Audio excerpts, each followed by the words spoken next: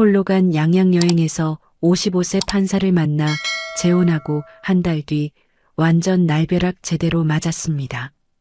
남편을 떠나보낸 지 7년이 지났습니다. 처음엔 모든 게 멈춘 것 같았어요. 시계 소리만 유독 크게 들리던 그 집에서 저는 하루하루를 그냥 버텨내고 있었죠. 그날도 평소와 다르지 않은 하루였습니다.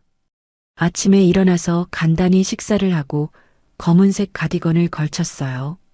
거울 앞에서 머리를 빗다가 문득 멈췄습니다. 내 얼굴이 이렇게 야위었나? 다음 날 아침 일어나자마자 결심했습니다. 혼자서라도 어디든 가보자고요. 남편 없이는 한 번도 여행을 가본 적이 없었거든요. 항상 남편이 모든 걸 계획하고 정해줬었거든요.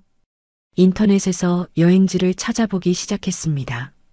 멀지도 가깝지도 않은 곳, 사람이 많지 않은 곳을 찾고 있었어요. 그러다가 양양이라는 곳을 발견했습니다. 11월에 양양 바다 사진을 보니 마음에 들었어요. 사람도 별로 없어 보였고 조용해 보였거든요. 무엇보다 혼자 있어도 어색하지 않을 것 같았습니다. 딸한테는 말하지 않기로 했어요. 또 걱정할 것 같았거든요. 엄마, 혼자서 뭐 하러 가요? 위험해요. 라고 말할 게 뻔했습니다. 이틀 뒤 정말로 버스표를 끊었습니다. 마음이 두근거렸어요. 설레기보다는 불안했지만 그래도 뭔가 하고 있다는 느낌이 좋았습니다. 양양에 도착했을 때는 오후 3시쯤이었습니다. 버스에서 내리자마자 바닷바람이 차갑게 불어왔어요. 11월의 바다는 생각보다 더 쓸쓸했습니다. 하지만 그게 오히려 좋았어요. 제 마음과 비슷한 느낌이었거든요. 해변으로 향하는 길에 작은 카페들이 몇 개 보였지만 대부분 문을 닫은 상태였어요. 성수기가 아니라서 그런 것 같았습니다. 오히려 다행이었죠. 사람 많은 곳은 부담스러웠거든요. 해변에 도착해서 잠시 파도를 바라봤습니다. 회색 하늘 아래 펼쳐진 바다는 생각보다 거칠었어요. 파도가 세게 치면서 하얀 거품을 만들어내고 있었죠. 해변 근처에 낡은 벤치 하나가 있었습니다. 페인트가 벗겨져서 녹이 슬어 있었지만 바다를 바라보기에는 좋은 자리였어요. 그 벤치에 앉아서 파도 소리를 듣기 시작했습니다. 바람이 점점 차가워졌어요. 목도리를 더 꽁꽁 감쌌지만 여전히 추웠습니다. 그래도 움직이고 싶지 않았어요. 이 순간이 좋았거든요.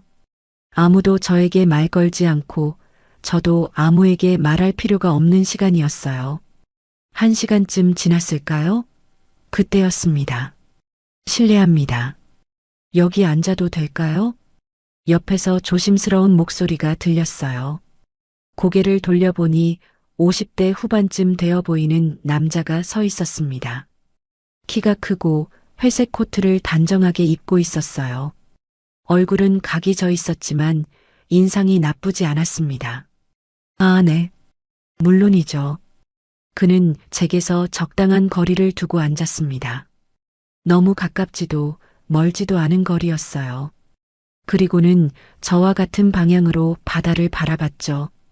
한참 동안 아무 말도 하지 않았습니다. 그런데 이상하게 어색하지 않았어요. 오히려 편안했습니다. 혼자 있는 것 같으면서도 혼자가 아닌 느낌이었죠. 옆에 앉은 그 사람에게서 은은한 향수 냄새가 났습니다. 세련된 냄새였어요. 그리고 숨소리가 규칙적이고 차분했습니다. 왠지 모르게 안정감이 느껴졌어요. 바람이 차네요. 그가 먼저 말을 걸었습니다. 목소리가 낮고 차분했어요. 말하는 속도도 천천히였고요. 네, 그래도 좋습니다. 제가 대답하자 그가 살짝 고개를 끄덕였어요. 저도 그렇게 생각해요. 차가운 바람이 때로는 필요하죠. 무슨 뜻인지 정확히는 모르겠지만 그 말이 마음에 닿았습니다. 마치 저의 마음을 아는 것 같았어요.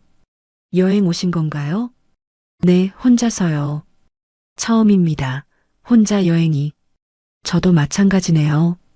그렇게 짧은 대화가 오갔습니다. 서로 이름도 나이도 직업도 묻지 않았어요. 그냥 바다를 보며 간단한 이야기만 나눴죠. 그런데 그게 오히려 좋았습니다. 부담이 없었거든요. 해가 서서히 지기 시작했습니다. 하늘이 주황빛으로 물들면서 바다도 따뜻한 색깔로 바뀌었어요. 그 순간만큼은 쓸쓸함보다는 평온함이 느껴졌습니다. 내일도 여기 계세요? 해가 거의 진 무렵 그가 자리에서 일어나면서 물었어요. 아마도요. 하루 더 있을 생각입니다. 그럼 내일 또 뵙겠네요. 그가 가벼운 목례를 하고 걸어가는 뒷모습을 바라봤습니다. 걸음걸이가 차분하고 안정적이었어요. 왠지 모르게 신뢰감이 느껴지는 그런 뒷모습이었죠. 펜션으로 돌아가는 길에 마음이 이상했습니다. 외롭지 않았어요. 오랜만에 누군가와 자연스럽게 대화한 것 같았거든요. 설명할 필요도 변명할 필요도 없는 그런 대화였어요. 그날 밤 저는 오랜만에 편안한 잠을 잤습니다. 내일 또 그 벤치에서 그를 만날 생각을 하니 마음이 따뜻해졌어요. 이름도 모르는 사람인데 왜 이렇게 마음이 편안해지는 걸까요? 그날 밤 오랫동안 망설이다가 결정했습니다. 혼자서라도 어디든 가보자고요. 남편 없이는 한 번도 여행을 가본 적이 없었거든요. 양양이면 괜찮을까? 인터넷에서 찾아본 양양의 11월 바다 사진이 마음에 들었습니다. 사람도 별로 없을 것 같고 조용해 보였어요. 이틀 뒤 저는 정말로 기차표를 끊었습니다. 딸한테는 말하지 않았어요. 또 걱정할 것 같아서요. 양양에 도착했을 때는 오후 3시쯤이었습니다. 11월의 바다는 생각보다 더 차갑고 쓸쓸했어요. 하지만 그게 오히려 좋았습니다. 누구도 저에게 말 걸 사람이 없을 것 같았거든요. 해변 근처 벤치에 앉아서 파도 소리를 듣고 있었습니다. 바람이 차갑게 불어와 목도리를 더 꽁꽁 감쌌어요. 그때였습니다. 실례합니다. 여기 앉아도 될까요? 옆에서 조심스러운 목소리가 들렸어요. 고개를 돌려보니 50대 후반쯤 되어 보이는 남자분이 서 계셨습니다. 키가 크고 회색 코트를 입고 있었어요. 아, 네. 물론이죠. 그분은 제게서 적당한 거리를 두고 앉으셨습니다. 너무 가깝지도 멀지도 않은 거리였어요. 그리고는 저와 같은 방향으로 바다를 바라보셨죠. 한참 동안 아무 말도 하지 않았습니다. 그런데 이상하게 어색하지 않았어요. 오히려 편안했습니다. 혼자 있는 것 같으면서도 혼자가 아닌 느낌이었죠. 바람이 차네요. 그분이 먼저 말을 걸었습니다. 목소리가 낮고 차분했어요. 네, 그래도 좋습니다. 제가 대답하자 그분이 살짝 고개를 끄덕이셨어요. 저도 그렇게 생각해요. 차가운 바람이 때로는 필요하죠. 무슨 뜻인지 정확히는 모르겠지만 그 말이 마음에 닿았습니다. 마치 저의 마음을 아는 것 같았어요. 여행 오셨어요? 네, 혼자서요. 처음입니다. 혼자 여행이. 저도 마찬가지네요. 그렇게 짧은 대화가 오갔습니다. 서로 이름도 직업도 묻지 않았어요. 그냥 바다를 보며 간단한 이야기만 나눴죠. 해가 지기 시작할 무렵 그분이 자리에서 일어나셨습니다. 내일도 여기 계세요? 아마도요. 하루 더 있을 생각입니다. 그럼 내일 또 뵙겠네요. 그분이 가벼운 목례를 하고 걸어가는 뒷모습을 바라봤습니다. 걸음걸이가 차분하고 안정적이었어요. 왠지 모르게 신뢰감이 느껴지는 그런 뒷모습이었죠. 그날 밤 펜션에서 저는 오랜만에 편안한 잠을 잤습니다. 혼자 온 여행인데도 외롭지 않았어요. 내일 또 그 벤치에서 그분을 만날 생각을 하니 마음이 따뜻해졌습니다. 이상했어요. 이름도 모르는 사람인데 왜 이렇게 마음이 편안해지는 걸까요? 아마도 오랜 시간 동안 아무런 기대 없이 대화한 게 처음이어서 그랬던 것 같습니다. 둘째 날 아침 일찍 잠이 깼습니다. 어젯밤 처음으로 편안하게 잔 덕분인지 몸이 가벼웠어요. 펜션 창문을 열자 바닷바람이 불어왔습니다. 오늘은 어제보다 따뜻한 것 같았어요. 간단히 씻고 나와서 어제 그분과 만났던 벤치를 생각했습니다. 오늘도 거기 계실까요? 아니면 혼자만의 착각이었을까요? 괜히 기대하고 있는 건 아닌지 스스로가 우스워졌어요. 아침 식사를 하러 펜션 근처 작은 식당에 들어갔습니다. 바다가 보이는 자리에 앉아서 김치찌개를 주문했어요. 혼자 먹는 식사가 이렇게 괜찮을 줄은 몰랐습니다. 아무도 저에게 뭘 먹을지, 어디 갈지 묻지 않았거든요. 식당 창문으로 바다를 보니 어제와는 다른 색깔이었어요. 회색빛이 조금 빠지고 푸른빛이 더 선명해졌습니다. 파도도 어제보다 잔잔해 보였고요. 오늘 날씨 좋죠? 산책하기 딱 좋은 날씨예요. 식당 사장님이 말을 걸었습니다. 저는 그냥 웃으며 고개를 끄덕였어요. 말을 더 하고 싶지 않았거든요. 혼자만의 시간이 소중했습니다. 식사를 마치고 나서 어제 그 벤치로 향했습니다. 걸어가는 내내 마음이 두근거렸어요. 만약 그분이 안 계시면 어떡하지? 혹시 계신다면 뭐라고 말해야 하지? 벤치가 보이기 시작했을 때 그분이 이미 앉아 계셨습니다. 어제와 똑같은 자리에, 어제와 똑같은 자세로요. 마치 저를 기다리고 있었던 것처럼 보였어요. 안녕하세요. 제가 먼저 인사했습니다. 그분이 고개를 돌려 저를 보더니 미소를 지었어요. 환한 미소는 아니었지만 따뜻한 느낌이었습니다. 일찍 나오셨네요. 잘 주무셨어요? 자연스럽게 안부를 묻는 모습이 좋았어요. 과하지도 부족하지도 않은 그런 관심이었죠. 네, 오랜만에 편안히 잤습니다. 바닷소리 덕분인 것 같아요. 저도 자연스럽게 대답했습니다. 이상했어요. 어제 처음 만난 사람인데 오래 알고 지낸 것처럼 편안했거든요. 저도 그래요. 도시에서는 듣기 힘든 소리죠. 그분의 목소리에 어떤 그리움 같은 게 느껴졌어요. 도시에서 온 분이구나 싶었습니다. 그리고 저처럼 혼자 시간을 보내고 싶어서 온 게 아닐까 생각했어요. 어제처럼 한참 동안 바다만 바라봤습니다. 그런데 어색하지 않았어요. 오히려 말을 안 해도 통하는 느낌이었죠. 이런 경험이 처음이었습니다. 혹시 산책하실래요? 저쪽 길이 괜찮다고 들었어요. 그분이 바닷길 쪽을 가리키며 말했습니다. 저도 그쪽으로 걸어보고 싶었어요. 좋습니다. 우리는 벤치에서 일어나 바닷길로 향했습니다. 나란히 걷는 게 어색할 줄 알았는데 전혀 그렇지 않았어요. 걷는 속도도 비슷했고 굳이 말을 하지 않아도 편안했습니다. 길 양옆으로 갈대가 흔들리고 있었어요. 바람에 살랑살랑 움직이는 모습이 예뻤습니다. 그분도 갈대를 보고 있는 것 같았어요. 예쁘네요. 제가 갈대를 보며 말했더니 그분이 고개를 끄덕였어요. 도시에서는 보기 힘든 풍경이죠. 이런 게 진짜 자연인 것 같아요. 그분의 말에 공감이 갔습니다. 서울에서는 정말 보기 힘든 풍경이었거든요. 한 20분쯤 걸었을까요? 갑자기 하늘이 어두워지기 시작했습니다. 구름이 몰려오는 게 보였어요. 비가 올 것 같네요. 그분이 하늘을 올려다보며 말했습니다. 정말로 빗방울이 하나둘 떨어지기 시작했어요. 어떡하죠? 우산도 없는데요. 제가 당황해하자 그분이 주변을 둘러보았습니다. 저기 정자가 있네요. 잠시 피해 있어요.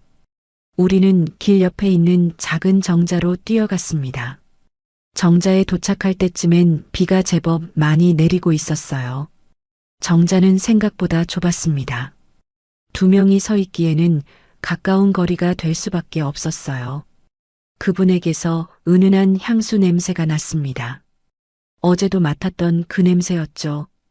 금방 그칠 것 같은데요. 그분이 비를 보며 말했습니다.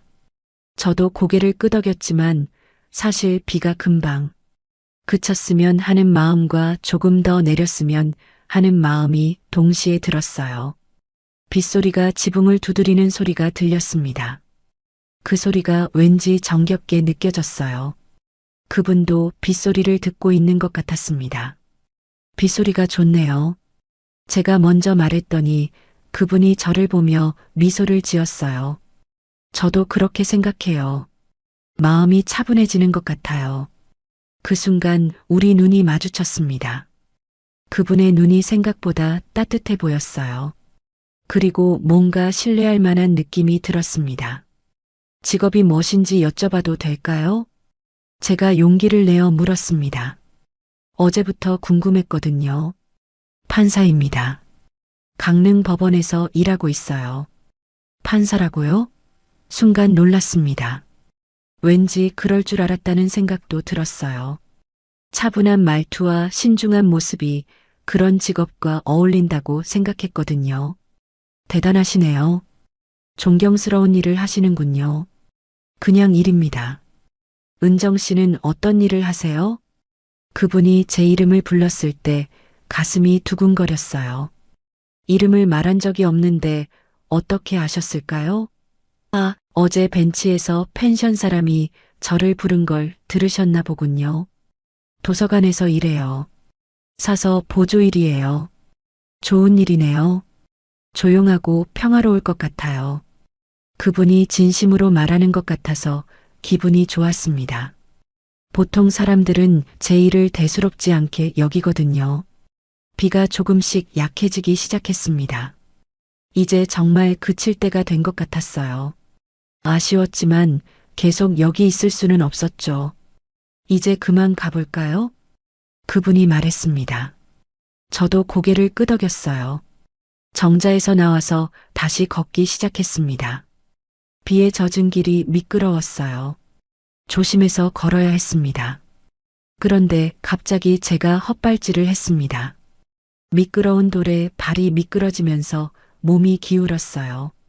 아, 넘어지겠다 싶었는데 그 순간 그분이 제 팔을 붙잡았습니다. 조심하세요. 그분의 손이 제 팔을 잡고 있었어요. 따뜻한 체온이 느껴졌습니다. 오랫동안 잊고 있던 감각이었죠. 남자의 손길, 남자의 체온. 고맙습니다. 제가 말했지만 목소리가 떨렸어요. 그분도 느꼈을까요? 그분은 제가 안정을 찾을 때까지 손을 놓지 않았습니다. 괜찮으세요? 네, 괜찮아요. 하지만 마음은 전혀 괜찮지 않았습니다. 이런 기분이 드는 게 7년 만이었거든요. 두근거리는 마음을 어떻게 해야 할지 몰랐어요. 그분이 천천히 손을 놓았습니다. 그 순간이 아쉬웠어요. 조금 더 그러고 있고 싶었는데 길이 미끄러우니까 조심해서 걸어요. 네, 알겠습니다. 그 이후로는 더 조심해서 걸었습니다. 그리고 그분도 제 옆에서 혹시 모를 상황에 대비하고 있는 것 같았어요. 그런 배려가 느껴져서 마음이 따뜻해졌습니다. 벤치로 돌아갈 때쯤엔 해가 다시 나기 시작했습니다. 비갠 뒤에 하늘은 더욱 맑아 보였어요. 내일은 서울로 돌아가야 해요. 그분이 갑자기 말했습니다. 마음이 철렁했어요. 벌써요? 저도 내일 돌아갈 예정이에요. 그렇다면 오늘이 마지막이네요. 마지막이라는 말이 가슴에 아팠습니다. 이제 다시 혼자가 되는 거죠. 또 그 조용한 일상으로 돌아가야 하는 거고요. 혹시 연락처를 주실 수 있을까요? 그분이 조심스럽게 물었습니다. 제 마음도 같았어요. 물론이죠. 우리는 서로 연락처를 주고받았습니다. 그분의 이름은 정우현이었어요. 우현 씨. 이름도 차분한 느낌이었습니다. 그날 저녁 펜션으로 돌아와서 우현 씨 생각만 했습니다. 판사라는 직업, 신중하고 따뜻한 성격, 그리고 오늘 제 팔을 잡았던 그 순간의 체온까지. 이 사람이라면 적어도 나를 속이지는 않겠지. 그런 생각이 들었어요. 판사라는 직업도 그렇고 말보다는 행동으로 보여주는 신중함도 그렇고 믿을 만한 사람 같았거든요. 그 믿음이 우리 관계의 시작이었습니다. 양양에서 돌아온 다음 날 첫 번째 메시지가 왔습니다. 안녕하세요. 서울은 어떤가요? 양양이 그립네요. 짧은 문장이었지만 그 메시지를 받는 순간 가슴이 두근거렸어요.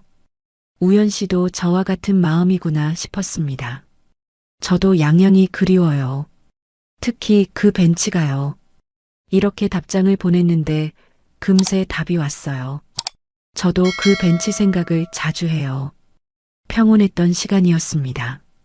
그렇게 시작된 연락이 계속 이어졌습니다. 매일은 아니었지만 이틀에 한 번씩은 안부를 묻는 메시지가 왔어요. 대부분 날씨 이야기나 일상적인 내용이었습니다. 오늘 서울에 첫눈이 내렸네요. 강릉도 눈이 오고 있어요. 은정 씨는 눈을 좋아하시나요?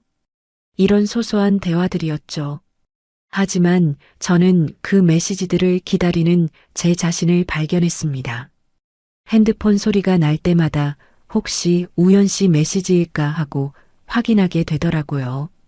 도서관에서 일하는 중에도 자꾸 핸드폰을 보게 됐습니다. 동료 김 선생이 물어봤어요. 은정 씨, 요즘 표정이 밝아졌네요. 무슨 좋은 일 있어요? 제가 그렇게 표정이 달라진 걸까요? 스스로는 모르고 있었는데 다른 사람 눈에는 보였나 보네요. 그냥 날씨가 좋아서 그런 것 같아요. 거짓말이었죠. 정말 이유는 우연 씨 때문이었거든요. 한 달쯤 지났을 때 우연 씨에게서 조금 다른 메시지가 왔습니다.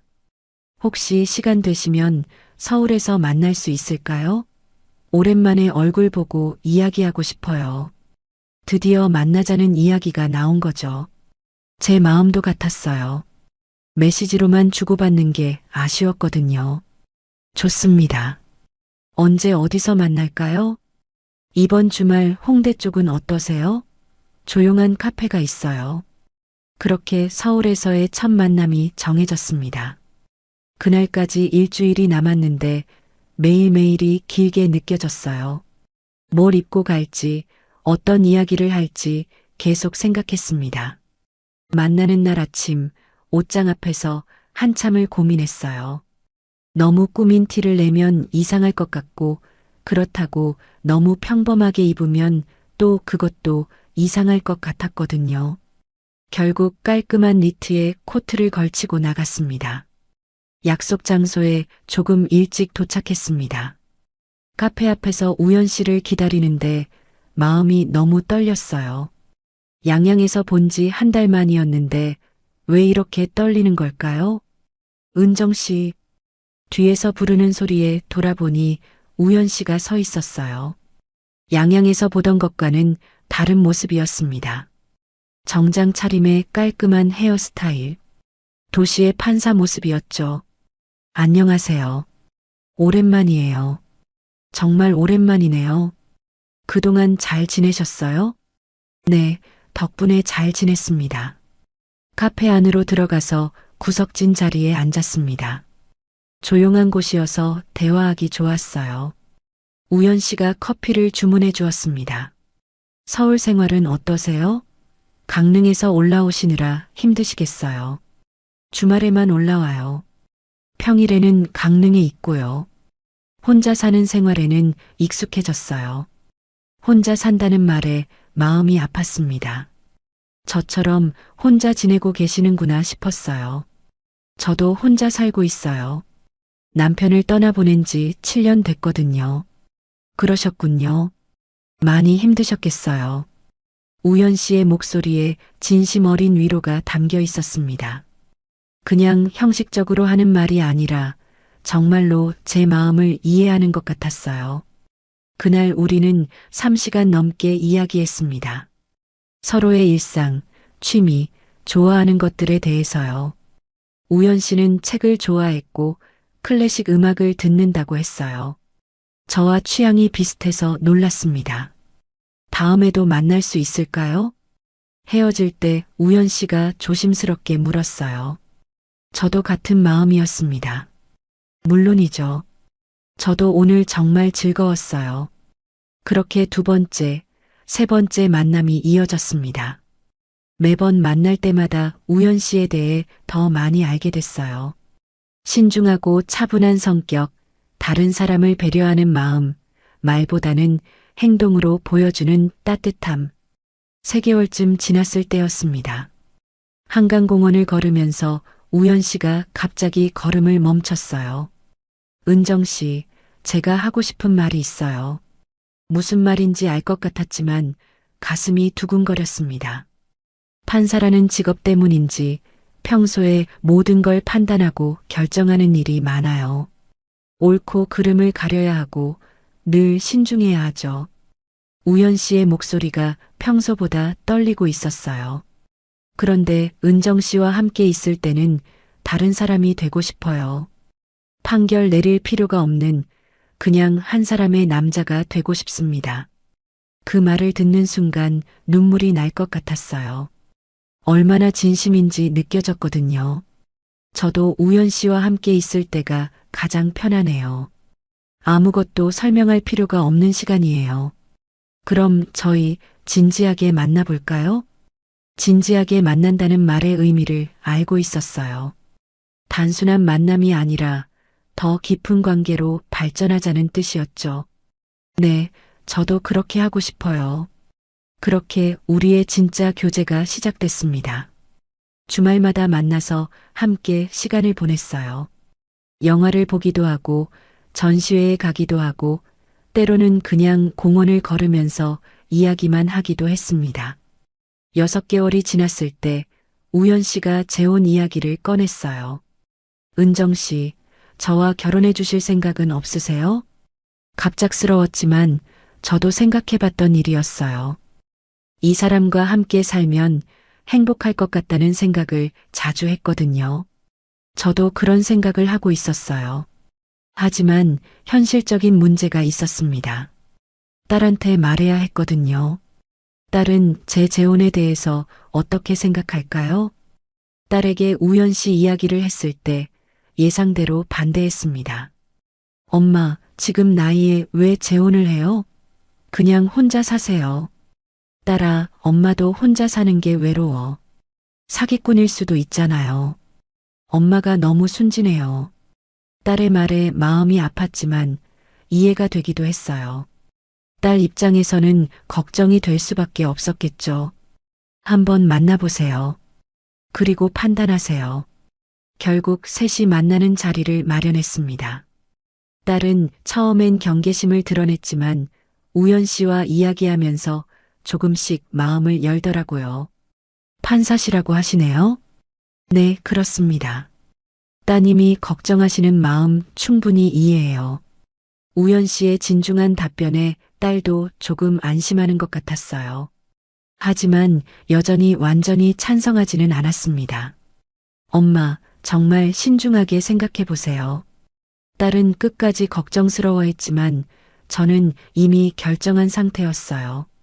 우연 씨와 함께 하고 싶었거든요. 7년 만에 처음으로 제가 내린 선택이었습니다. 혼인신고를 한 날 우연 씨 손을 잡고 구청에서 나오는 길이었어요. 마침 햇살이 따뜻하게 내리쬐고 있었습니다. 62세에 다시 결혼한다는 게 믿어지지 않았어요. 이제 정말 부부네요. 우연 씨가 제 손을 꼭 잡으며 말했습니다. 그 순간만큼은 정말 행복했어요. 이제 혼자가 아니구나. 누군가와 함께 살 수 있구나 하는 안도감이 밀려왔거든요. 감사해요, 우연 씨. 이제 여보라고 불러야죠. 우연 씨가 웃으며 말했을 때 얼굴이 빨갛게 달아올랐어요. 여보라는 호칭이 7년 만에 들어보는 말이었거든요. 다음 주에 우연 씨 집으로 이사하기로 했어요. 제가 살던 집은 새를 놓기로 했습니다. 우연 씨 집이 더 넓고 좋았거든요. 이사 준비를 하면서도 마음이 설렜어요. 새로운 곳에서 새로운 삶을 시작한다는 게 이렇게 기대되는 줄 몰랐습니다. 옷가지며 책이며 하나하나 정리하면서 새 출발에 대한 희망을 품었어요. 우연 씨 집은 강남 쪽 아파트였습니다. 30평 정도 되는 깔끔한 집이었어요. 거실도 넓고 방도 2개나 있었습니다. 무엇보다 우연 씨가 쓰던 서재가 인상적이었어요. 책이 가득 꽂혀 있고 큰 책상이 놓여 있었거든요. 서재는 제가 업무용으로 쓰는 공간이에요. 법원 일을 집에서도 해야 할 때가 있어서요. 우연 씨가 서재를 보여주며 설명했습니다. 그러면서 문을 살짝 닫더라고요. 네, 알겠어요. 방해하지 않을게요. 처음엔 당연한 일이라고 생각했어요. 남편도 업무가 있을 텐데 배려해야죠. 이사한 첫날 밤 우연 씨가 저녁을 정성스럽게 준비해줬어요. 결혼 전에도 요리를 잘한다고 들었지만 이렇게 맛있을 줄은 몰랐습니다. 맛있어요. 앞으로 제가 해드릴게요. 아니에요. 은정 씨도 일하시는데 번갈아 가면서 해요. 그런 배려가 고마웠어요. 역시 우연 씨는 다른 남자들과 달랐습니다. 첫 주는 정말 행복했어요. 아침에 함께 일어나서 커피를 마시고 저녁에는 함께 뉴스를 보면서 이야기를 나누고 오랫동안 꿈꿔왔던 일상이었거든요. 그런데 둘째 주부터 뭔가 달라지기 시작했습니다. 우연 씨의 말이 점점 줄어들더라고요. 아침에 인사는 하지만 예전처럼 다정한 대화는 없었어요. 오늘 법원에서 힘든 일이 있었나 봐요? 제가 물어봤지만 우연 씨는 그냥 고개만 끄덕였습니다. 그냥 업무가 복잡해서요. 더 이상 묻지 않았어요. 스트레스 받는 일을 집에까지 가져오고 싶지 않을 수 있겠다 싶었거든요. 한 달쯤 지났을 때 더 이상한 일들이 생기기 시작했어요. 우연 씨가 서재에 들어갈 때마다 문을 꼭 잠그는 거였습니다. 결혼 전에는 그렇지 않았는데요. 청소를 하다가 서재 문 앞에서 멈춰 섰어요. 청소기를 돌리려고 했는데 문이 잠겨 있더라고요. 여보, 서재 청소하려고 하는데 문이 잠겨 있어요. 아, 거기는 제가 할게요. 중요한 서류들이 있어서요. 우연 씨가 급하게 나와서 서재 문 앞을 막아섰습니다. 그 모습이 조금 이상했어요. 왜 이렇게 예민하게 반응하는 걸까요? 괜찮아요. 조심해서 청소할게요. 아니에요. 정말 중요한 서류들이라 함부로 건드리면 안 되거든요. 그렇게 말하는 우연 씨의 표정이 평소와 달랐어요. 뭔가 경계하는 듯한 느낌이었습니다. 알겠어요. 그럼 서재는 우연 씨가 직접 해주세요. 그날 이후로 서재는 우연 씨만 들어갔습니다. 청소도 환기도 모두 우연 씨가 직접 했어요. 뭐 그럴 수도 있다고 생각했어요. 업무 공간이니까요. 그런데 더 이상한 건 우연 씨가 제 건강에 대해 자주 묻기 시작한 거였어요. 요즘 몸은 어때요? 어디 아픈 데는 없고? 괜찮아요. 왜 그러세요? 그냥요. 건강이 제일 중요하니까요. 처음엔 남편이 제 건강을 챙겨주는구나 싶어서 고마웠어요. 그런데 너무 자주, 너무 구체적으로 물어보더라고요. 혹시 최근에 병원에는 갔어요? 별일 없으면 잘 안 가는데요? 정기검진이라도 받아보는 게 좋을 것 같아요. 우리 나이에는 건강검진이 중요하거든요. 건강검진 이야기를 계속하는 우연 씨가 이상했어요. 결혼 전에는 이런 이야기를 한 적이 없었는데요. 굳이 지금 받을 필요가 있을까요? 혹시 모르잖아요. 조기 발견이 중요해요. 그런 식으로 몇 번 건강검진을 권했지만 저는 별로 내키지 않았어요. 몸에 특별히 이상한 곳도 없었고 귀찮기도 했거든요. 어느 날은 보험 이야기까지 꺼냈어요. 은정 씨, 혹시 생명보험 들어놓은 게 있어요? 보험이요? 간단한 실비보험 정도만 있어요. 왜요? 우리 나이에는 보험이 중요해요. 만약에 무슨 일이 생기면 서로 도움이 되잖아요. 무슨 일이 생긴다는 게 무슨 뜻인지 이해가 안 됐어요. 그냥 일반적인 이야기인가 싶었는데 우연 씨가 너무 진지하게 말하더라고요. 보험 설계사 아는 사람이 있어요. 한번 상담받아 보시는 게 어때요? 글쎄요, 지금 당장은 그냥 혹시 몰라서요. 준비해 두면 나쁠 게 없잖아요. 혹시 몰라서라는 말이 계속 반복됐어요. 도대체 뭘 혹시 모른다는 건지 궁금했지만 묻기가 어려웠어요. 이상한 건 우연 씨가 이런 이야기를 할 때의 표정이었어요. 평소의 따뜻한 모습과는 달랐거든요. 뭔가 계산하는 듯한 차가운 느낌이 들었어요. 하지만 저는 그런 생각을 하는 제 자신이 나빴습니다. 우연 씨가 절 위해서 하는 말인데 왜 이상하게 받아들이고 있는 걸까요? 결혼한 지 2달이 지나자 우연 씨와의 대화는 거의 안부 인사 정도로 줄어들었어요. 아침에 잘 잤어요? 저녁에 수고했어요. 그 정도였죠. 예전에 카페에서 3시간 넘게 이야기했던 그 사람이 맞나 싶을 정도였어요. 결혼 전에는 그렇게 많은 대화를 나눴는데 지금은 왜 이렇게 말이 없는 걸까요? 여보, 혹시 제가 뭔가 잘못한 게 있을까요? 어느 날 용기를 내서 물어봤어요. 아니에요. 왜 그런 생각을 하세요? 요즘 대화가 많이 줄어든 것 같아서요. 그냥 일이 바빠서 그래요. 신경 쓰지 마세요. 일이 바빠서라는 말로 넘어갔지만 뭔가 석연치 않았어요. 결혼 전에도 일은 바빴을 텐데 그때는 그렇지 않았거든요. 그날 밤 침대에 누워서 많은 생각이 들었습니다. 결혼이라는 게 원래 이런 건가요? 아니면 제가 너무 많은 걸 기대했던 걸까요? 하지만 갈등을 만들고 싶지 않았어요. 겨우 찾은 행복을 제 손으로 망치고 싶지 않았거든요. 시간이 지나면 다시 예전처럼 될 거라고 생각했습니다. 그런 마음으로 하루하루를 보내고 있었어요. 뭔가 이상하다는 느낌을 억누르면서요. 결혼한 지 정확히 1달이 지난 어느 저녁이었어요.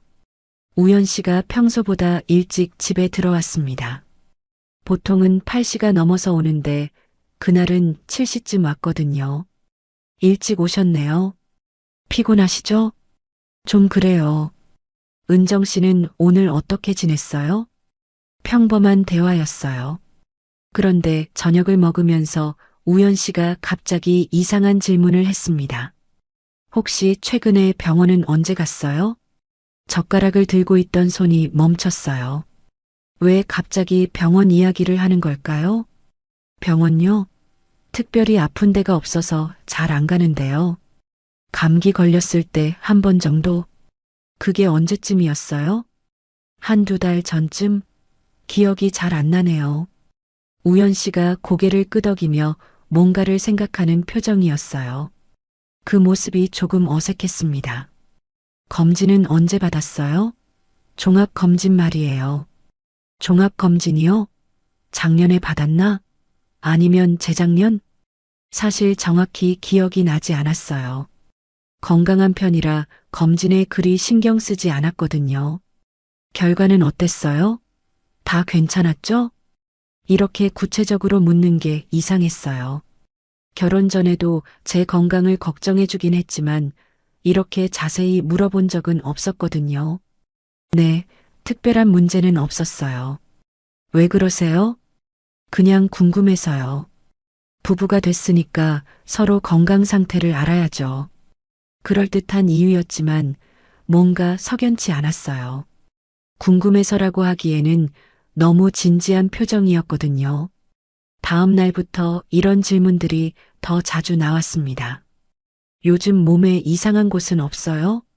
어디가 아프거나 하지는 않죠? 피로감이나 그런 건 없고요. 마치 의사가 환자에게 묻는 것 같았어요. 아니면 보험 설계사가 고객 상태를 파악하는 것처럼요. 우연 씨, 왜 자꾸 제 건강 상태를 묻는 거예요? 어느 날 참다 못해 물어봤습니다. 아, 그냥 걱정되어서요. 은정 씨가 건강해야 저도 안심이 되니까요. 그렇게 말하는 우연 씨의 눈빛이 예전과 달랐어요. 따뜻한 걱정이라기보다는 뭔가를 확인하려는 느낌이었습니다. 일주일 뒤에는 더 구체적인 질문이 나왔어요. 혹시 가족력 중에 특별한 질병이 있나요? 가족력이요? 암이나 심장병, 당뇨 이런 거 말이에요. 왜 갑자기 가족력까지 묻는 걸까요? 결혼 전에 이런 이야기를 했어야 하는 거 아닌가요? 아버지가 당뇨 있으셨고 어머니는 고혈압이 있으셨어요. 그런데 왜 갑자기? 아, 그냥 알아두면 도움이 될 것 같아서요.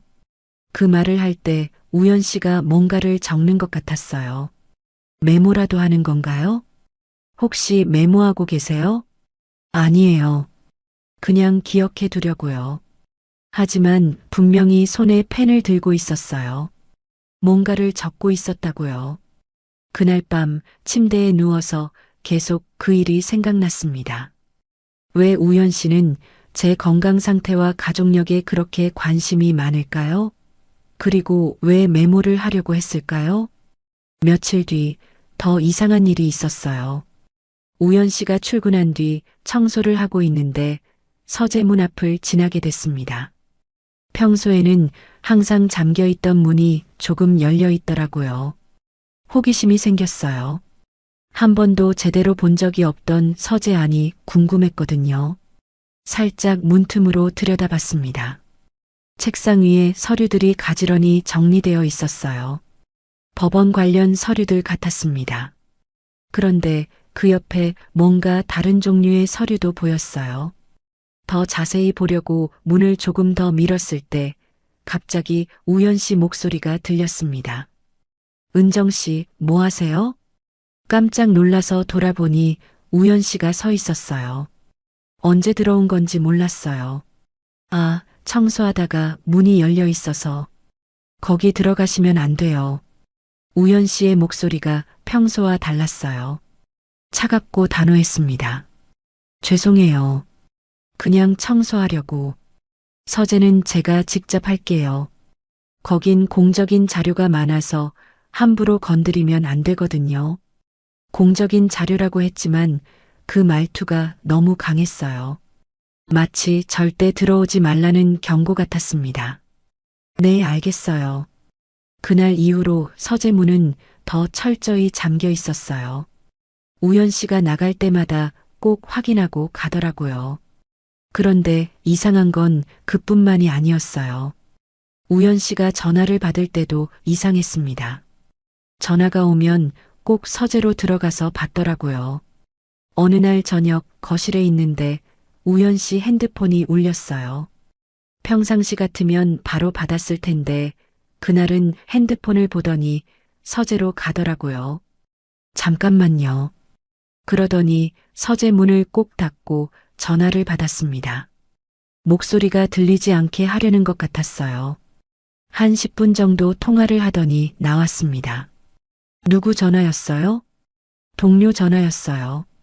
업무 관련 이야기라서요. 업무 관련이라고 하지만 왜 굳이 서재에서 받아야 했을까요? 거실에서 받아도 되는 거 아닌가요? 며칠 뒤에도 같은 일이 반복됐어요. 전화가 오면 꼭 서재로 가서 받는 거예요. 그리고 나올 때는 항상 업무 관련 전화였어요 라고 말했습니다. 정말 업무 관련 전화일까요? 아니면 제가 들으면 안 되는 전화인 걸까요? 이런 생각을 하는 제 자신이 싫었어요. 남편을 의심하고 있는 거잖아요. 하지만 우연 씨의 행동들이 너무 이상했어요. 건강에 대한 지나친 관심, 철저히 차단된 서재, 비밀스러운 전화 통화. 이 모든 게 우연일 리 없다는 생각이 들었습니다. 어느 날 밤 우연 씨가 샤워하는 동안 거실에 놓인 우연 씨 핸드폰을 봤어요. 통화 목록을 보고 싶었지만 차마 그럴 수는 없었어요. 그건 너무 심한 것 같았거든요. 하지만 마음속으로는 계속 의심이 커져갔어요. 도대체 우연 씨가 뭘 숨기고 있는 걸까요? 결혼 전에는 이렇지 않았어요. 모든 걸 터놓고 이야기했고 서로에 대해 숨기는 게 없는 것 같았거든요. 그런데 결혼 후에는 왜 이렇게 달라진 걸까요? 혹시 제가 뭔가 잘못 생각하고 있는 건가요? 거울에 비친 제 얼굴에게 물어봤어요. 하지만 거울 속 제 얼굴도 확신이 서지 않는 표정이었습니다. 그날 밤 잠이 오지 않았어요. 옆에서 잠든 우연 씨를 보면서 이런 생각이 들었어요. 내가 지금 누구와 결혼해서 살고 있는 건가요? 양양에서 만났던 그 따뜻한 사람이 맞나요? 아니면 제가 착각하고 있었던 걸까요? 의심이라는 게 한번 시작되면 멈추기 어렵다는 걸 그때 알았어요. 작은 것 하나하나가 모두 수상하게 보이기 시작했거든요. 하지만 그래도 확신할 수는 없었어요. 혹시 제가 너무 예민하게 반응하고 있는 건 아닐까요? 남편을 너무 의심하고 있는 건 아닐까요? 그런 마음으로 며칠을 더 보냈습니다. 의심과 자책 사이에서 흔들리면서요. 우연 씨가 2박 3일 부산 출장을 간다고 했을 때 속으로는 조금 안도했어요. 요즘 계속 신경이 곤두서 있었거든요. 혼자만의 시간이 필요했습니다. 부산 고등법원에 업무 협의 때문에 가야 해요. 3일 정도 걸릴 것 같아요. 네, 조심해서 다녀오세요. 우연 씨가 가방을 챙기는 모습을 보면서도 마음 한편으로는 복잡했어요. 남편이 출장 가는 걸 이렇게 기다렸다는 게 정상적인 건가요? 혹시 집에서 급한 일 있으면 연락하세요. 네, 알겠어요. 걱정하지 마세요. 우연 씨가 나간 뒤 집안이 갑자기 조용해졌어요. 오랜만에 혼자만의 공간이 됐습니다. 그런데 이상하게도 마음이 편하지 않았어요. 첫날은 그냥 평소처럼 지냈어요. 도서관에 가서 일하고 집에 와서 간단히 저녁 먹고 텔레비전 보다가 잠들었죠. 우연 씨 없는 집이 이렇게 넓어 보이는 줄 몰랐어요. 둘째 날 아침 집안 청소를 하기로 했어요. 평소에 우연 씨가 있으면 할 수 없었던 구석구석까지 말이에요.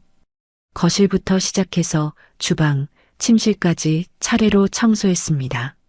마지막으로 남은 곳이 서재였어요. 우연 씨는 항상 서재는 자기가 한다고 했지만 이미 일주일이 넘게 청소를 안 했거든요. 먼지도 쌓였을 거고 환기도 필요할 것 같았어요. 서재 문 앞에서 잠시 망설였습니다. 우연 씨가 공적인 자료가 많다고 했는데 들어가도 될까요? 하지만 청소만 하고 나오면 되잖아요. 서류는 건드리지 않으면 되고요. 문고리를 돌렸는데 이상하게 열렸어요. 평소에는 항상 잠겨 있었는데 급하게 출장을 가느라 깜빡했나 보네요. 서재 안으로 들어서자 곰팡이 냄새가 났어요. 역시 환기가 안 돼서 그런 것 같았습니다. 창문을 열어서 바람을 통하게 하고 청소기를 돌리기 시작했어요. 책상 주변을 청소하면서 보니 서류들이 가지런히 정리되어 있었어요. 대부분 법원 관련 서류 같았습니다. 판결문이나 사건 기록 같은 것들이요.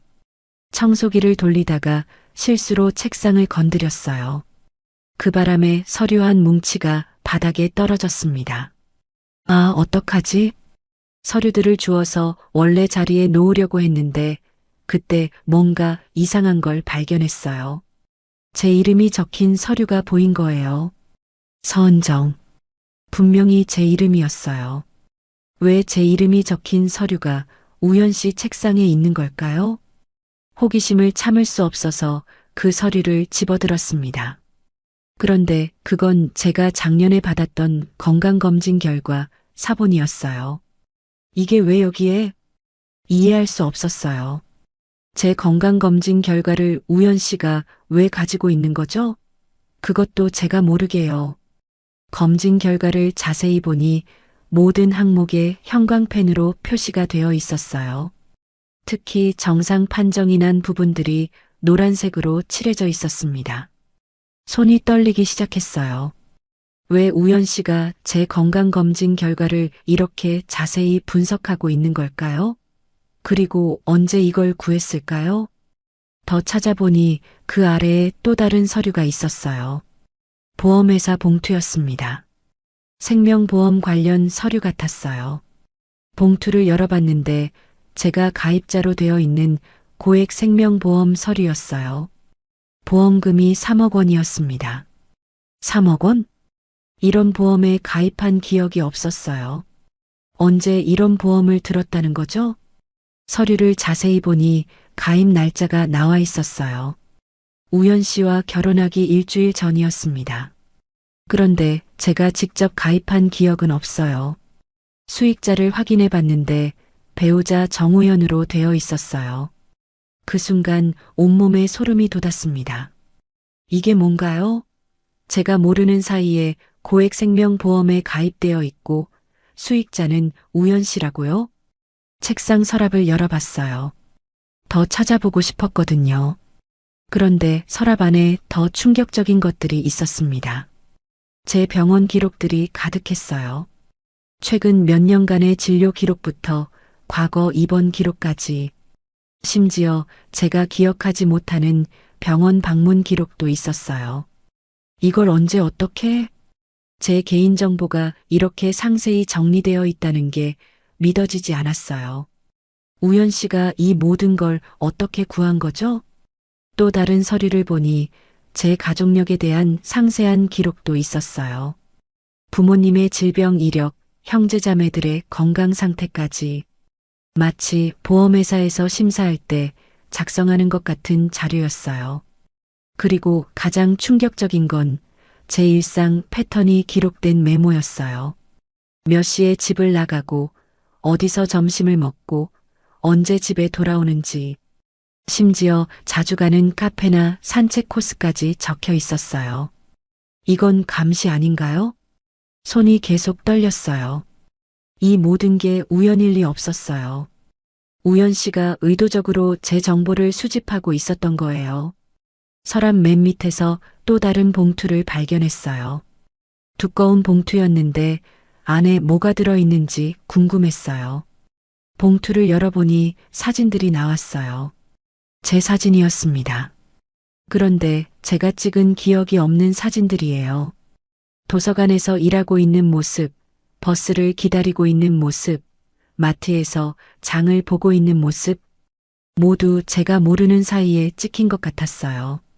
가장 오래된 사진의 날짜를 보니 우연 씨를 만나기 한 달 전이었어요. 한 달 전? 그럼 양양에서 만난 게 우연이 아니었다는 뜻인가요?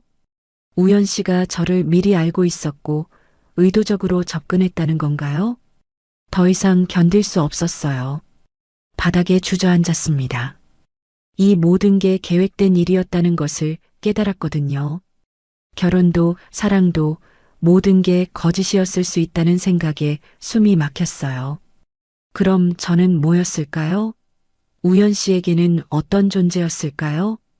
3억 원 생명보험, 상세한 건강 기록, 감시당한 일상, 몰래 찍힌 사진들. 이 모든 퍼즐을 맞춰보니 끔찍한 그림이 나왔어요. 혹시 우연 씨가 제 목숨을 노리고 있는 건 아닐까요? 보험금을 타기 위해서요? 그런 생각을 하는 순간 온몸이 얼어붙었어요. 지금까지 함께 산 시간들이 모두 거짓이었을 수도 있다는 게 너무 무서웠거든요. 서류들을 원래 자리에 돌려놓고 서재에서 나왔어요. 다리에 힘이 없어서 제대로 걸을 수도 없었습니다. 거실 소파에 앉아서 하루 종일 생각했어요. 이 모든 게 제 착각이었으면 좋겠다고, 다른 설명이 있었으면 좋겠다고. 하지만 아무리 생각해도 다른 해석은 나오지 않았어요. 그날 밤 우연 씨에게서 연락이 왔어요. 잘 지내고 있어요? 내일 저녁에 들어갈 예정이에요. 평소 같으면 기다렸다고 대답했을 텐데 그날은 그럴 수 없었어요. 네, 조심히 들어오세요. 짧게 답장을 보냈지만 손이 계속 떨렸어요. 내일 우연 씨가 돌아오면 어떻게 해야 할까요? 모른 척 해야 할까요? 아니면 따져 물어야 할까요? 그날 밤은 한숨도 잘 수 없었어요. 서재에서 본 그 모든 것들이 계속 머릿속을 맴돌았거든요. 서재에서 나온 뒤 저는 거실 소파에서 하루 종일 멍하니 앉아 있었어요. 머릿속이 하얗게 비워진 것 같았습니다. 생각을 하려고 해도 정리가 안 됐거든요. 손에 들고 있던 보험 서류를 다시 펼쳐봤어요. 가입자 서은정, 보험 금액 3억 원, 수익자 배우자 정우현. 가입 날짜는 결혼 일주일 전이었습니다. 그 날짜를 보는 순간 다리에 힘이 빠져서 바닥에 주저앉았어요. 결혼 일주일 전이라고요? 그럼 우연 씨가 프로포즈하기 전에 이미 이 보험에 가입시킨 거였다는 뜻인가요? 아니야, 뭔가 착각일 거야. 스스로에게 말했지만 서류에 적힌 날짜는 분명했어요. 심지어 제 서명까지 있었습니다. 그런데 전 이런 보험에 가입한 기억이 없어요. 다시 서류를 자세히 봤습니다. 보험 상품명은 종신보험 프리미엄이었어요.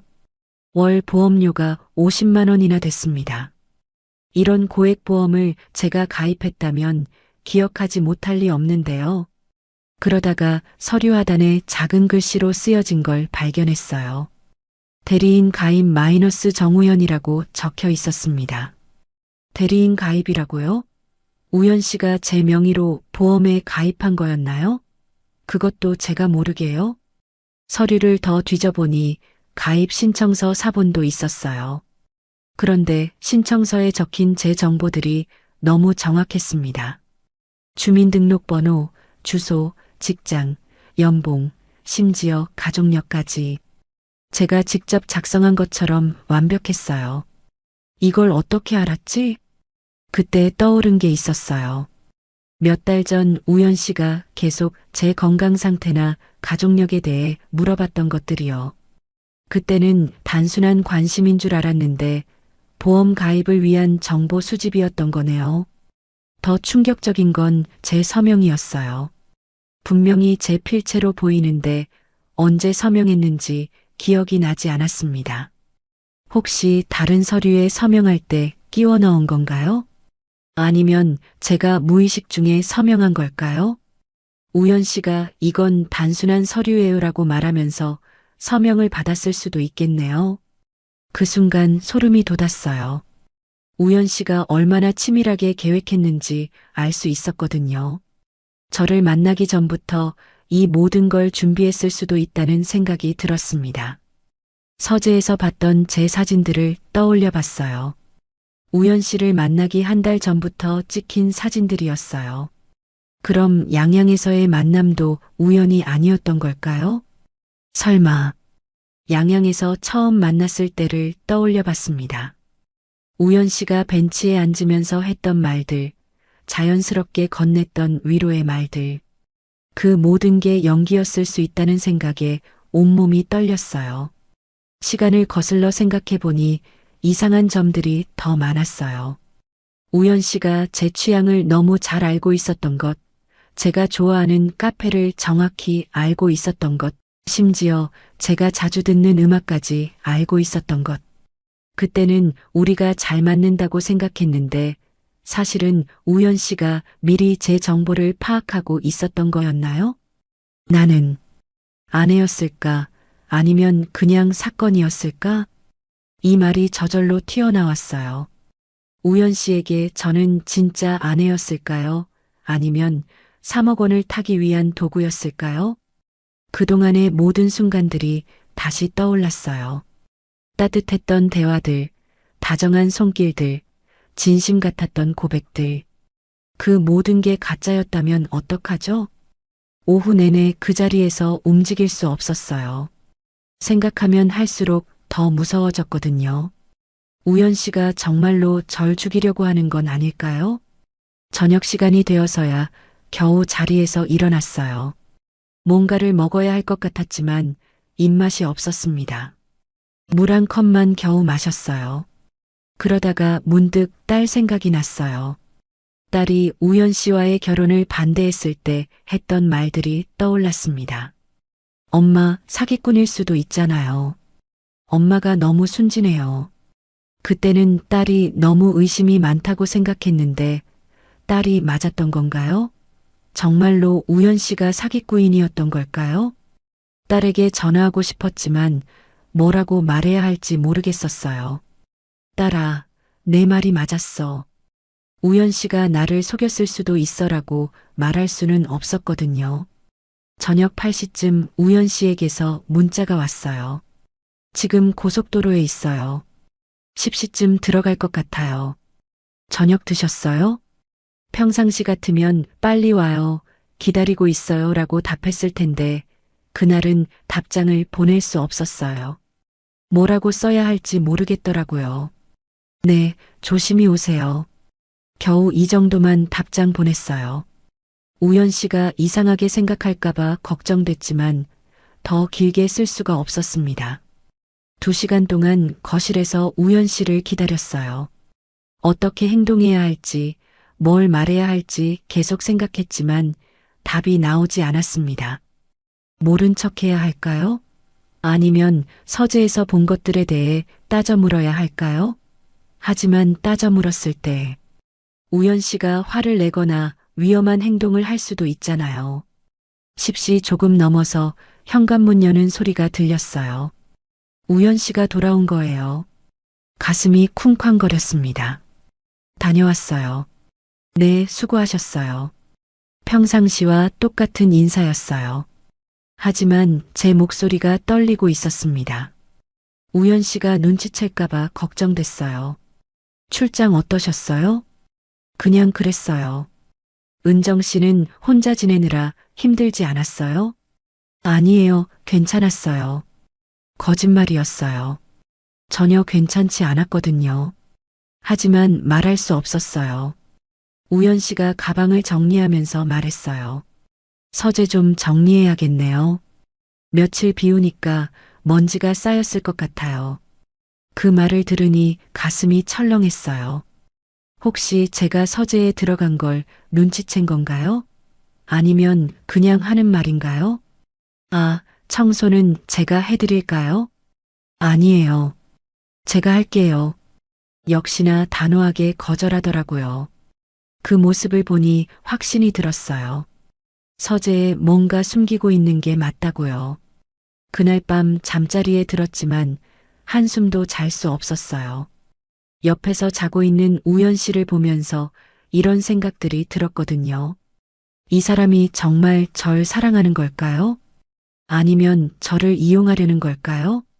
혹시 지금도 어떻게 하면 자연스럽게 저를 죽일지 계획하고 있는 건 아닐까요?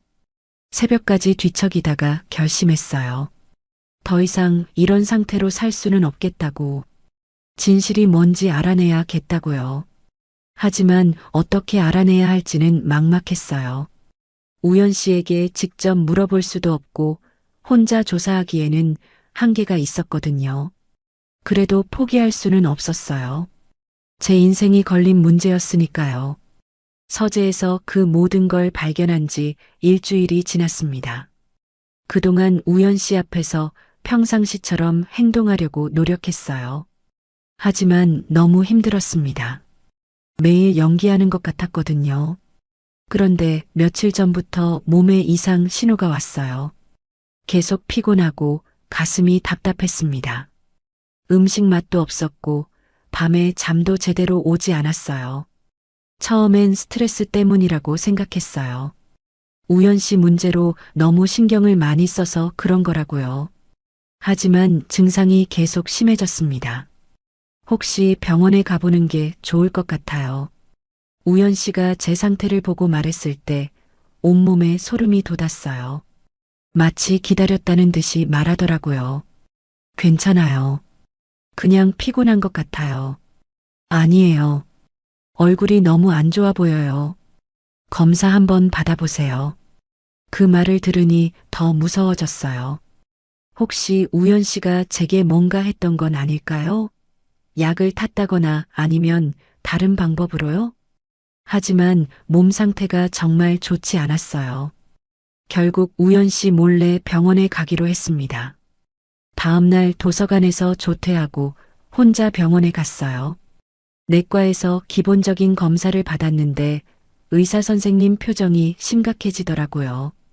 추가 검사가 필요할 것 같습니다. 혈액 수치가 좀 이상해요. 이상하다는 게 어떤 건가요? 정확한 건 정밀 검사를 받아봐야 알겠지만 염증 수치가 높고 다른 지표들도 정상 범위를 벗어났어요. 그 말을 들으니 가슴이 철렁했어요. 설마 정말로 아픈 건 아니겠죠? 일주일 뒤 검사 결과가 나왔습니다. 의사 선생님이 저를 별도 상담실로 불렀어요. 그 순간 뭔가 심각한 일이라는 걸 직감했습니다. 초기 단계의 악성 종양이 발견됐습니다. 그 말을 듣는 순간 머리가 하얘졌어요. 악성 종양이라고요? 그럼 암이라는 뜻인가요? 지금 단계에서 발견된 것이 다행입니다. 수술하면 완치 가능성이 높아요. 의사 선생님의 설명이 들리긴 했지만 제대로 이해가 안 됐어요. 온통 혼란스러웠거든요. 수술은 언제 해야 하나요? 빠를수록 좋습니다. 다음 주 안에 하는 게 좋겠어요. 집에 돌아가는 길에 많은 생각이 들었어요. 정말 우연의 일치일까요? 제가 우연 씨의 비밀을 알아낸 직후에 이런 진단을 받다니요. 아니면 정말로 우연 씨가 뭔가 했던 걸까요? 서서히 독을 탔다거나 아니면 다른 방법으로요? 하지만 의사 선생님 말로는 이런 종양은 오랜 시간에 걸쳐 생기는 거라고 했어요. 그럼 우연 씨와는 관련이 없을 수도 있겠네요. 그래도 우연 씨에게는 말하고 싶지 않았어요. 만약 정말로 보험금이 목적이었다면 이 소식을 들으면 더 서두를 수도 있으니까요. 수술 날짜를 다음 주 화요일로 정했습니다. 우연 씨에게는 도서관 일 때문에 하루 늦게 들어간다고 거짓말하기로 했어요. 수술 전날 밤 병원에 입원했습니다. 혼자 있으니 더 무서웠어요. 내일 수술을 받으면 어떻게 될까요? 혹시 수술 중에 문제가 생기면 어떡하죠? 그런데 오후에 간병사가 와서 말하더라고요. 보호자분이 오셨어요. 보호자요? 제가 보호자를 부른 적이 없는데요. 혹시 딸이 온 건가요? 병실 문이 열리면서 들어온 사람은 우연 씨였어요. 어떻게 여기 온 건지 이해할 수 없었습니다. 어떻게 여기 계신다는 걸 알았어요? 병원에서 연락이 왔어요. 보호자 연락처가 저로 되어 있더라고요. 그러고 보니 입원할 때 보호자 연락처를 적었는데 습관적으로 우연 씨 번호를 적었던 것 같아요. 왜 혼자 오셨어요? 이런 큰 일을 혼자 결정하시면 어떻게 해요? 우연 씨가 걱정스러운 표정으로 말했어요. 진짜로 걱정하는 것 같았지만 저는 믿을 수 없었어요. 별일 아니에요. 그냥 작은 수술이에요. 작은 수술이 아니라고 의사 선생님이 말씀하시던데요. 악성 종양 제거 수술이라고요. 우연 씨가 이미 의사와 상담까지 했다는 걸 알고 깜짝 놀랐어요. 저보다 더 자세히 알고 있는 것 같았거든요. 그날 밤 우연 씨는 병실에서 밤새 간병을 해줬어요. 제가 잠들 때까지 옆에 앉아 있었고 새벽에 깨어보니 의자에서 쪽잠을 자고 있더라고요. 그 모습을 보면서 복잡한 감정이 들었어요. 만약 정말로 보험금이 목적이라면 이렇게까지 할 필요가 있을까요? 수술 당일 아침 수술실로 들어가기 전에 우연 씨가 말했어요. 수술 잘 받고 나오세요. 기다리고 있을게요. 네, 알겠어요. 수술은 4시간 정도 걸렸다고 하더라고요. 마취에서 깨어났을 때 우연 씨가 침대 옆에 앉아 있었어요. 수술 잘 끝났어요. 의사 선생님이 성공적이었다고 하시네요. 다행이었어요. 하지만 아직 회복 기간이 길게 남아 있었습니다. 입원 기간 동안 우연 씨는 매일 병문안을 왔어요. 그리고 퇴원하기 전날 갑자기 이상한 말을 했습니다. 은정 씨, 저희 보험을 정리해야 할 것 같아요. 보험이요? 네, 제가 은정 씨 명의로 가입한 생명보험 말이에요. 그 말을 듣는 순간 온몸이 굳었어요. 우연 씨가 직접 말하다니요. 제가 알고 있다는 걸 아시나요? 네, 짐작하고 있었어요. 서재에 다녀왔다는 것도요. 우연 씨가 다 알고 있었다는 사실에 더 놀랐어요. 왜 그런 짓을 했어요? 저를 속인 이유가 뭐예요? 처음엔 정말 계획이었어요. 혼자 살면서 생긴 잘못된 생각이었죠. 우연 씨가 고개를 숙이며 말했어요. 하지만 은정 씨와 함께 지내면서 마음이 바뀌었어요. 진짜로 사랑하게 됐거든요. 그걸 어떻게 믿어요? 믿으라고 하지 않을게요. 대신 행동으로 보여드릴게요. 그러더니 우연 씨가 가방에서 서류를 꺼냈어요. 보험해지 서류예요. 그리고 제 전 재산과 의료 권한을 투명하게 정리한 서류도 있어요. 정말로 보험해지 서류였어요. 그리고 우연 씨 명의의 모든 재산을 제게 이전하는 서류까지 있었습니다. 이건 판사로서가 아니라 한 사람으로서 해야 할 선택입니다. 우연 씨의 목소리가 떨리고 있었어요. 잘못을 저질렀으니 책임을 져야죠. 더 이상 은정 씨를 불안하게 만들고 싶지 않아요. 그 말을 듣고도 바로 용서할 수는 없었어요. 너무 큰 배신이었거든요. 용서해달라고 하지 않을게요. 다만 지켜봐 주세요. 앞으로 제가 어떻게 하는지요. 한 달 뒤 회복이 많이 된 상태에서 우연 씨가 제안했어요. 양양에 다시 가볼까요? 처음 만났던 그곳이었어요. 모든 것이 시작된 곳이기도 하고요. 양양에 도착해서 그때 그 벤치에 앉았습니다. 2년 전과 똑같은 자리였어요. 하지만 우리 관계는 완전히 달라졌죠. 그때는 몰랐어요. 이렇게 될 줄은요. 우연 씨가 바다를 보며 말했어요. 저도 몰랐어요. 사람을 믿는다는 게 이렇게 어려운 일인지요. 이번에는 믿음이 아니라 확인 위에 서 있는 관계였어요. 우연 씨의 모든 행동을 지켜보고 검증하면서 천천히 다시 시작하는 거였죠. 시간이 걸릴 거예요. 네, 알고 있어요. 평생이 걸려도 괜찮아요. 파도 소리가 들렸어요. 2년 전과 같은 소리였지만 우리에게는 완전히 다른 의미였습니다. 이제는 아무것도 숨기지 않는 관계가 시작되는 거였으니까요. 쓰니까요. 쓰니까요. 쓰니까요. 쓰니까